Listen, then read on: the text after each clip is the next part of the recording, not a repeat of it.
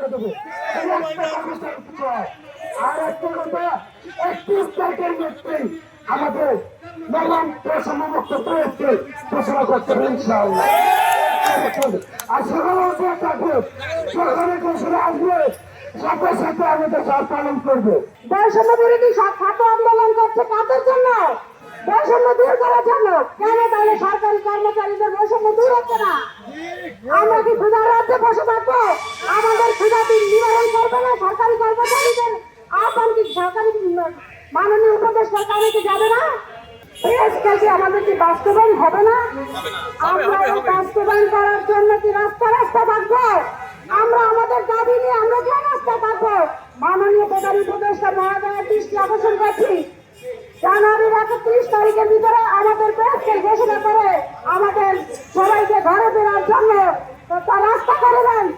আমাদের দাবি কি মেনে নিবে না? আমাদের দাবি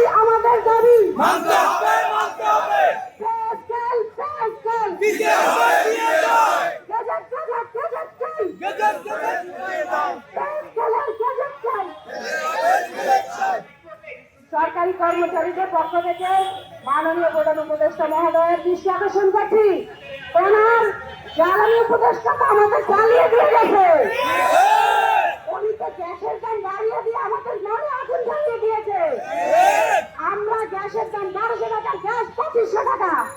আমরা কি দুর্নীতি করব? আমরা চাই আমরা সশরীরে আমরা সরকারের কাজ করে আমাদের দুর্নীতি মুক্ত বাংলাদেশ করার জন্য আমাদের প্রেসকেল গঠন করে দিতে। আমি আমাদের প্রেসকেল গঠন করার জন্য মাননীয় প্রধান উপদেষ্টা মহোদয়ের দৃষ্টি আকর্ষণ করছি।